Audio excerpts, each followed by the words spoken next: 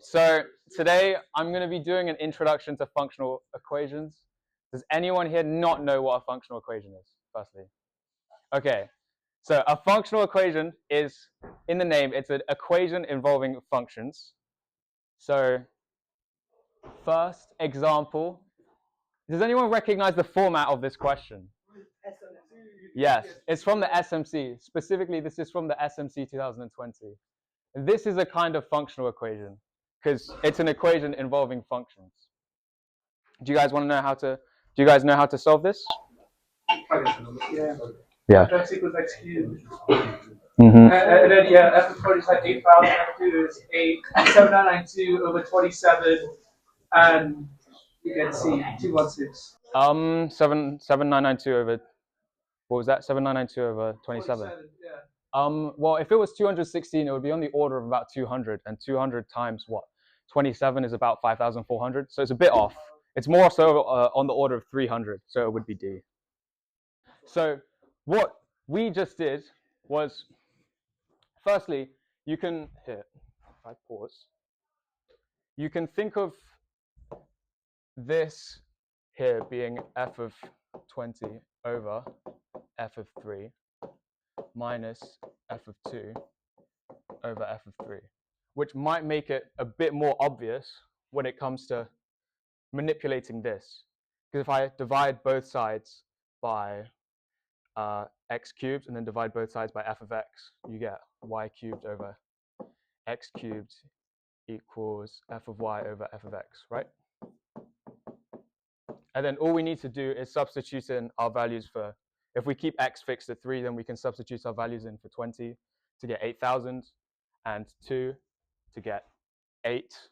And then 8,000 minus 8 is 7,992. Divide it by x cubed, we said x was 3, so divide it by 27, you get 296. So that's an example of a functional equation.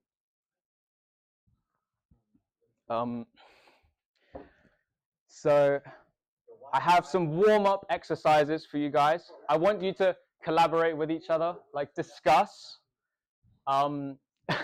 what you think about some of these questions that I'm going to propose to you. So here they are. Also, for the third question, ignore the word necessarily. I realized I put that in there by mistake. I low-key don't know what proof by induction is, but oh yeah, you did, and I forgot. I'm sorry. Okay, are we done discussing? Okay, I'll take that. So that's paused. Firstly, can we all say all listening?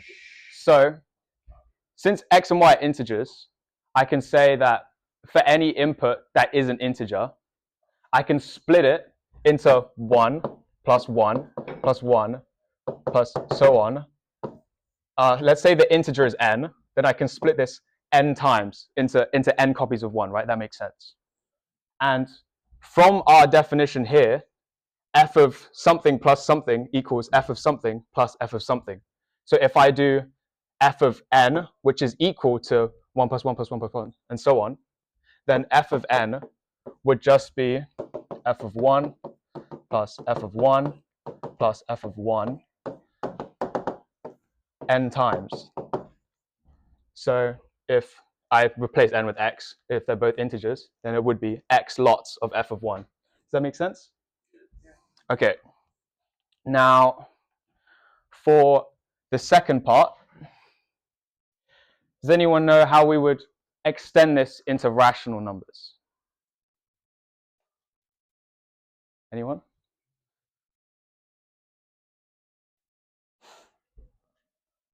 Okay. So what if I said instead of it's analogous to what we did by splitting an integer into n copies of 1. If instead I just start off with 1 and split it into 1 over q plus 1 over q plus 1 over q and so on, q times. Does anyone know where we would progress from here? Because now x and y are f of 1. Oh, sorry, x plus y times f of 1 in that case. Does anyone have an idea? Yes. Well, if x is equal to 0, this could miss it. So if I have x equals 0, then I can write that as 0 plus 0. Then f of 0 plus 0 equals f of 0 plus f of 0. So f of 0 equals 2 lots of f of 0. That can only mean one thing, which is f of 0 equals 0, exactly. So it doesn't break down when it's 0. Yes, Amir? You can say that's Q equals to Q, you can't say it's going to be F of P, something Q can't say that Q. Yeah, you can't generalize it to rationals, unfortunately. Something that is cool, though, is that if the function exhibits quote-unquote good behavior, then that sort of locks itself into being f of x equals x times f of 1. I'm not going to go into that too much because it's quite a complex reason why. But good behavior essentially means it's monotonous on some interval, which means it's either strictly increasing or strictly decreasing. It's continuous on some interval, because being continuous on some interval implies that it's continuous everywhere. And it's bounded on some interval, which means it doesn't... never mind, I'm not going to go into that. What he said. Okay, next slide. Whoops. So our first example, I don't expect you guys to solve this, by the way. This is just going to be an example, because obviously doing this in your head without any paper in front of you is really difficult, except for a guy like me. Oh my goodness. So I'm going to let you guys take in this question for a second before I go into solving it.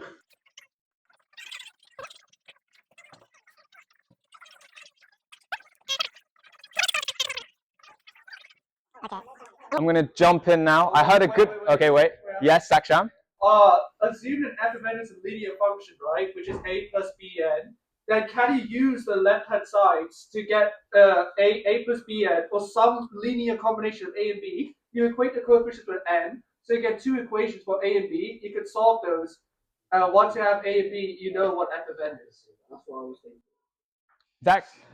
That is a valid way of doing it, actually, but the assumption is quite restrictive. You're assuming that it is a linear function, which might just necessarily not be the case. Yeah.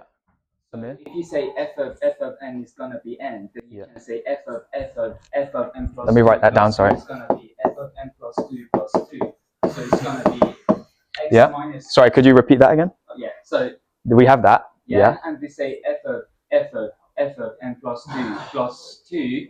It's going to be f of n plus 2 plus 2. Yeah. It's going to be f of n, so it's going to be f of n is equal to x minus 2. Not quite, because f of n equals x minus 2 would mean that f of 0 equals minus 2, which disagrees. So we have a good point by Amir. We want to exploit this particular part. F of n equals n. What does that tell us about f? What's the word? Yes, Amog. It's its own inverse, which is interesting, which is very interesting. Firstly, for a function to have an inverse, it needs to be injective. We know what injective means, right? So if it's injective, there's one unique input and one unique output for each input and output, I guess. It is one-to-one, yes.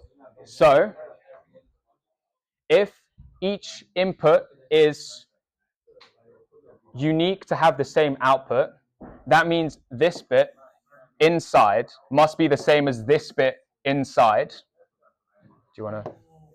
This bit inside must be the same as this bit inside if they have the same output. It can't be something like x squared where you could have minus 2 and 2 both equaling 4. Does that make sense? Okay.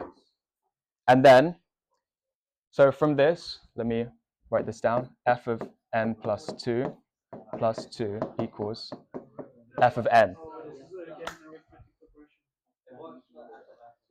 And then, again, I can... Yeah, that works. I can subtract 2 from both sides to get f of n plus 2 equals f of n minus 2. And then let's try different values of well, we know f of 0 equals 1. So if I try, let's say, f of 0, then n equals 0, then f of 0 plus 2, which is 2, equals f of 0, which is 1, minus 2 equals minus 1. Yes. And then if I continue with a sort of recursive definition here, from going from n to n plus 2, and we started off with n equals 0, that means we'll be going across even even positive integers, then f of 4 would be f of 2 minus 2. We already know f of 2, which is, let me write this down generally. F of 4 equal, well, not generally, sorry, in the case of n equals 4 equals, sorry, n equals 2, then 2 plus 2 equals 4 equals f of 2 minus 2. And we already know what f of 2 is, right? It's minus 1. So this equals, or even better, if I rewrite f of 2 from when we did n equals 0, then I get f of n minus 2 minus 2.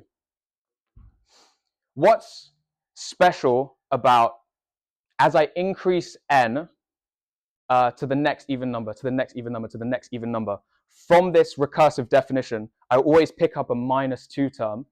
How many times? N over 2 times, yeah. Because if I do it again, I lower n by 2. I lower the input by 2. I keep lowering it by 2. So I pick up a minus 2 term, n over 2 times. And then, sorry, I need to check the notes again. So if we generalize that for an integer, an even integer 2m, f of 2m equals 1 minus 2m, yeah. I'm going to clear. Hopefully everyone remembers the key takeaway. Okay, so what did we just have? We had f of 2m equals what? 1 minus 2m, right?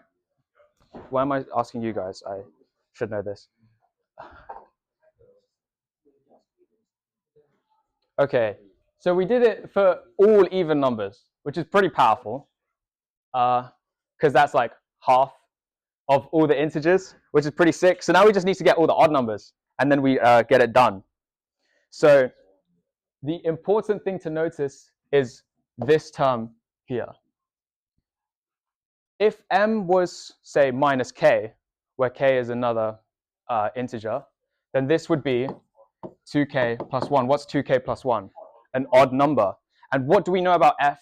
What do we know about the function that makes it special? Well, it's its own inverse. So if I do f of 2k plus 1, then I would what? I would get f of 2m, which we already defined m equals minus k. So this is just minus k.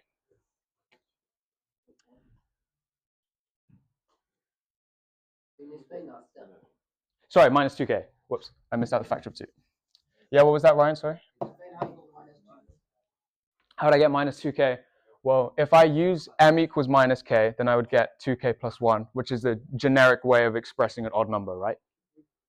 And then we know f of n equals n. So if I just take a function of both sides, because it's injective, then I would get this term on its own, 2m, and then m equals minus k, so I get minus 2k. Does that make sense now? Okay, so f of 2k plus 1 equals minus 2k. So there we go, we've done it. We've got, this is our odds, and then this is our evens. And if you sub in n, then, oh wait, there's something.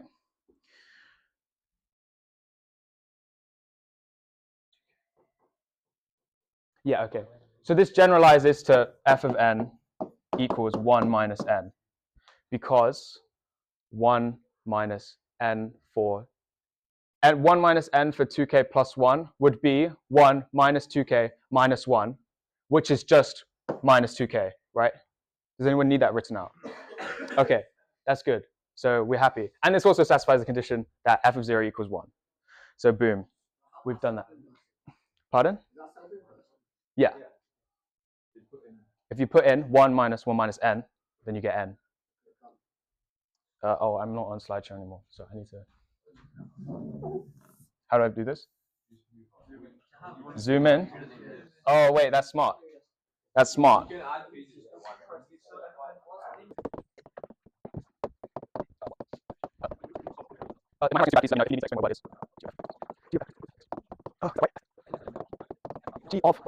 Again, I'll let you guys drink in this for a moment.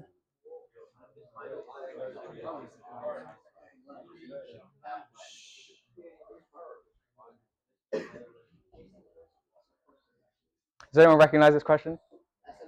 No.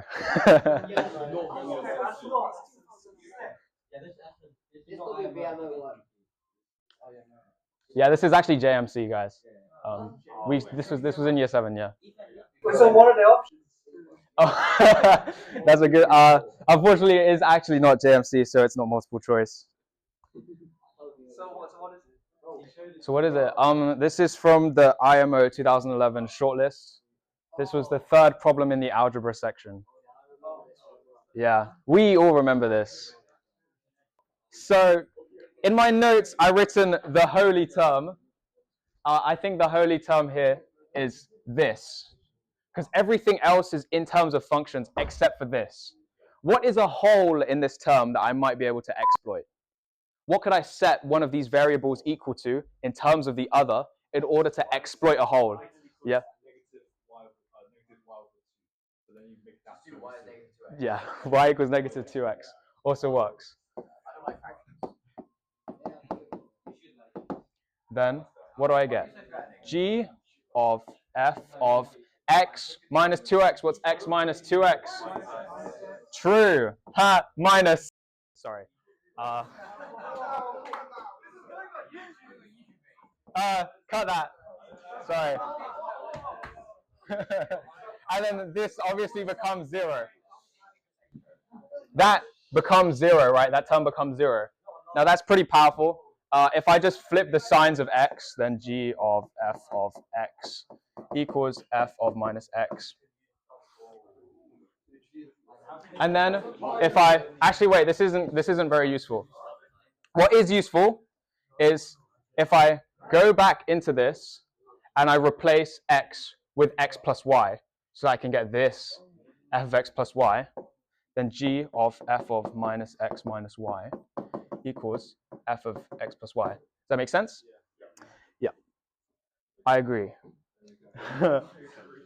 And then there's also another thing to exploit in this function, which is namely that there's a symmetry in here, but not necessarily in here just by looking at the terms. If I do y plus x, that's still the same as g of f of x plus y, because addition is, what's it? Commutative, that's it. But with this, if I swap x and y, then I get f of y plus 2y plus x, g of x. And these two clearly aren't the same. So that's a symmetry we can exploit using what we just learned about the function.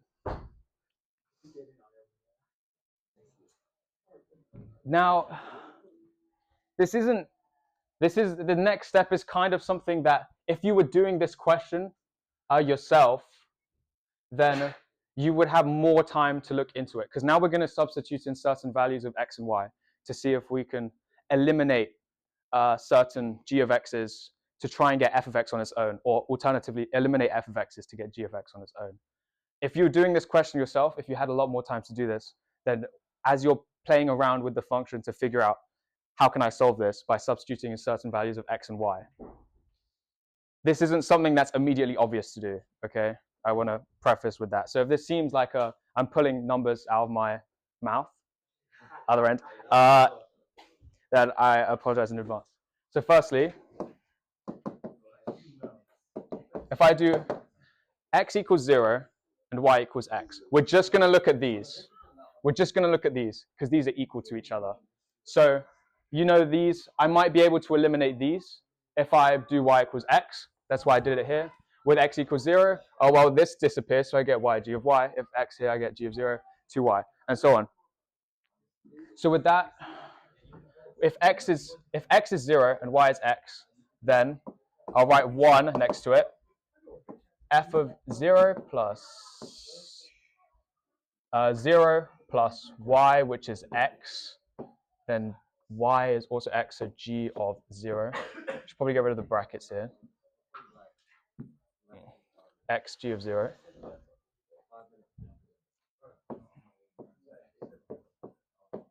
Equals, and then f of y, which is x, plus 2y, which has now become x, and x is 0, g of x, which is 0.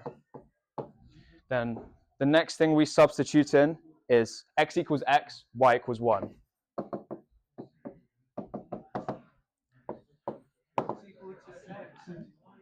Yeah, it's meaningless. I just want it so like you can see clearly what I'm doing, right? If I leave x, then f of x plus 2x plus 1 g of 1 equals f of 1 plus 2 plus x. Oh, that's a really bad plus.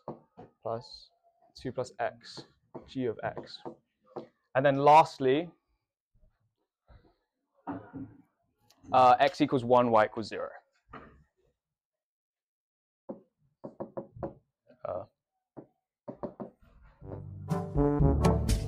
Then f of 1 plus 2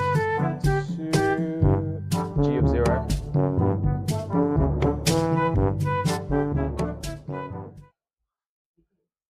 equals f of 0 plus 2y becomes 0, g of x. G of x and x is 1. So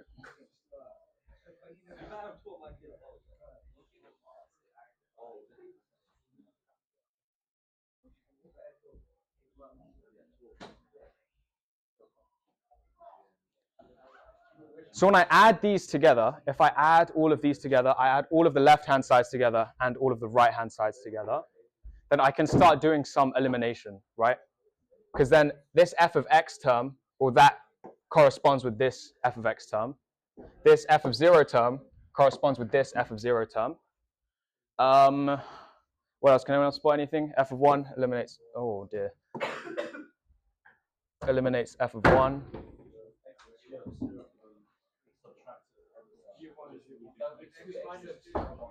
Pardon? Yes, the 1 g of 1. Oh my goodness. This 1 g of 1. 2xgo. 2go and 2xgo. Yeah. 2go and 2xgo. xgo. Yeah. There'll be one thing left, one color. And the other side, 2xgo and x of g. Pardon? The 2x will be crossed out, left, leaving with x just left one color this time. xg of x. The first one. Yeah. Yes, that's right. There's one copy left. Oh, okay.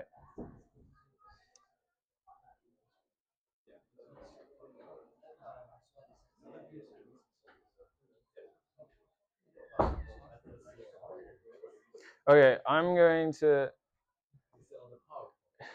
Yeah, it's in the notes. I didn't do them very well. So now we're onto this. This is something pretty useful because we're about to get g of x in terms of copies of itself because we've eliminated all of the f's. That's why we subbed in so many different values, was so that we could try and find a way of eliminating f. And we did. So now we just have g. I'm going to skip over some of the algebra a bit just because, well, it's sort of meaningless. 2 minus 2xg of 0.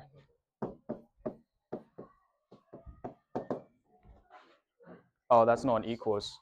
Sorry, you subtract, basically you just subtract everything from there to get it equal to 0. Plus 2xg of 1. Someone can check if I've done that right. I'm not. And then if I move the g of x onto one side and divide through by 2, g of x equals what? 1 plus 1x g of 0, because I'm adding that, and then plus x g of 1, right? Does that make sense to everybody?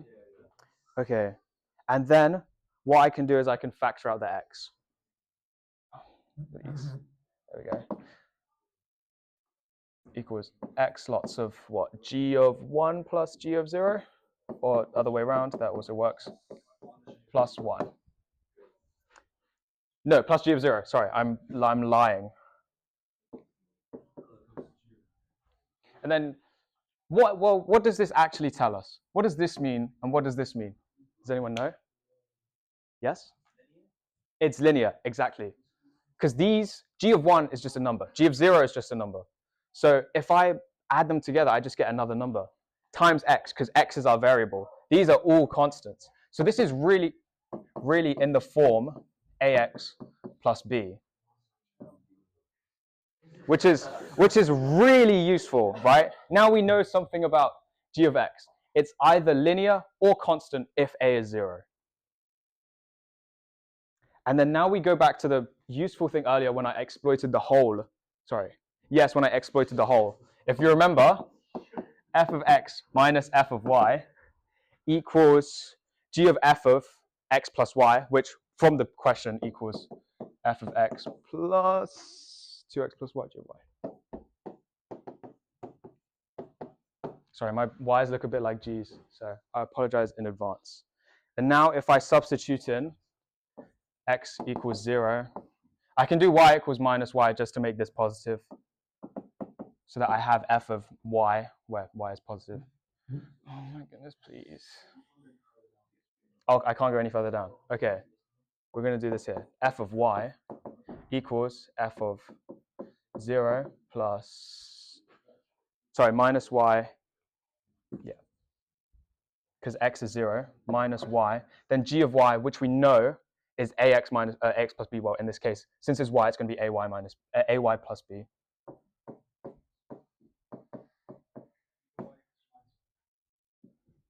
Pardon? That I did, yes.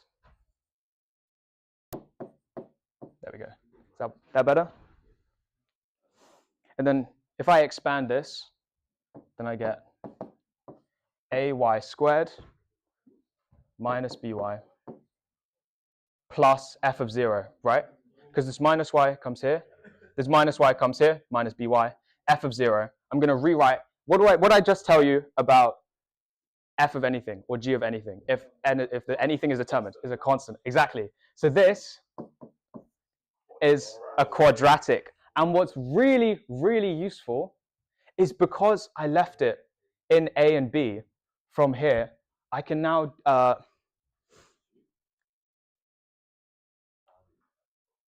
I can go back into our original thing, which is the same as this thing, but instead of being this is g of f of x plus y, if I just leave it as x, then what, g of f of x equals, what was it, f of minus x? Right.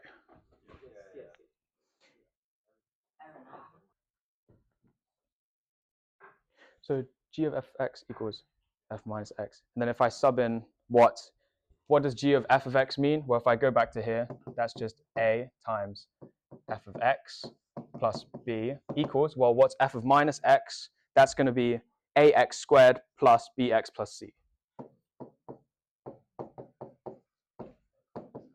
Right?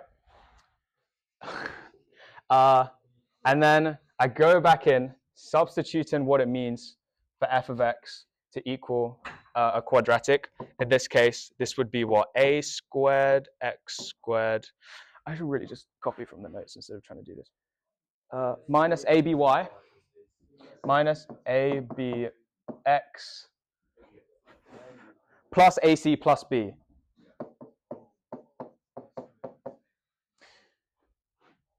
Right? Because the a distributes to all of these terms here, plus the b at the end. Okay, I really should have just done that there. And then, now the important part is I can compare these coefficients, right? Because I have this being the squared, this being the linear, and ac plus b being the constant. So a squared equals a means what? A is 1 or 0, exactly. So if I move over here, please. So from here, a squared equals a implies a equals 1 or a equals 0. If we do the first case, a equals 0, that means we have the constant term, right, ax plus b, that goes into a constant term. Then from the expression down here, minus ab equals b.